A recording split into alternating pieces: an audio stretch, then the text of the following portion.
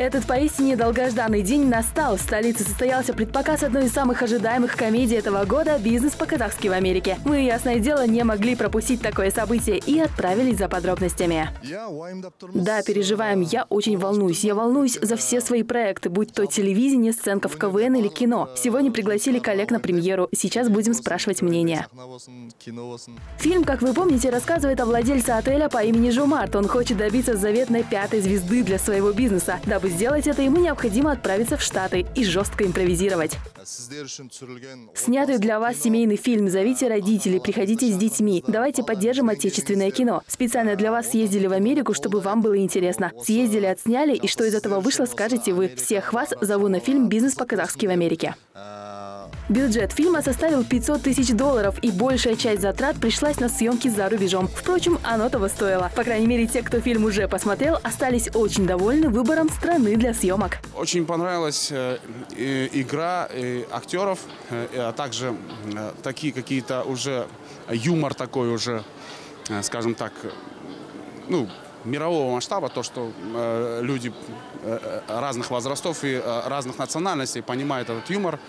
Конечно, не без казахского юмора. Я считаю, что это юмор такой, наш фирменный юмор. Меня зацепила еще вот эта вот американская история. Американская история и американские актеры.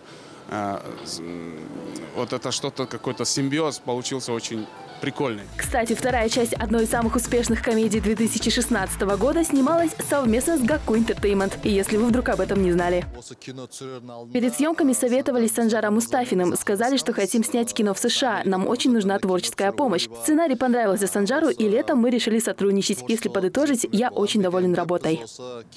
Ну и понятное дело, раскрыть всю суть бизнеса по-казахски можно только оказавшись на чужбине. Именно так создатели фильма объясняют решение касательно выбора локаций для съемок.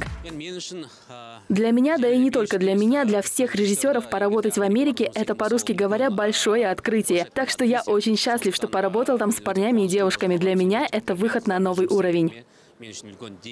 Хотя первыми увидеть фильм смогли астанчане, алматинцы, не спешите расстраиваться. Уже совсем скоро, а если быть точнее 26 декабря, предпоказ состоится и в южной столице. И мы не поленимся отправиться и туда тоже. Кстати, быть может, и американская съемочная команда тоже приедет. Впрочем, в этом Женискан не совсем уверен. К сожалению, их сегодня не будет, но 26 числа еще неизвестно. Может, приедут. Если бы это было в соседнем ауле, конечно, можно было бы приехать, но так как это далеко, есть некие сложности. Может, приедут.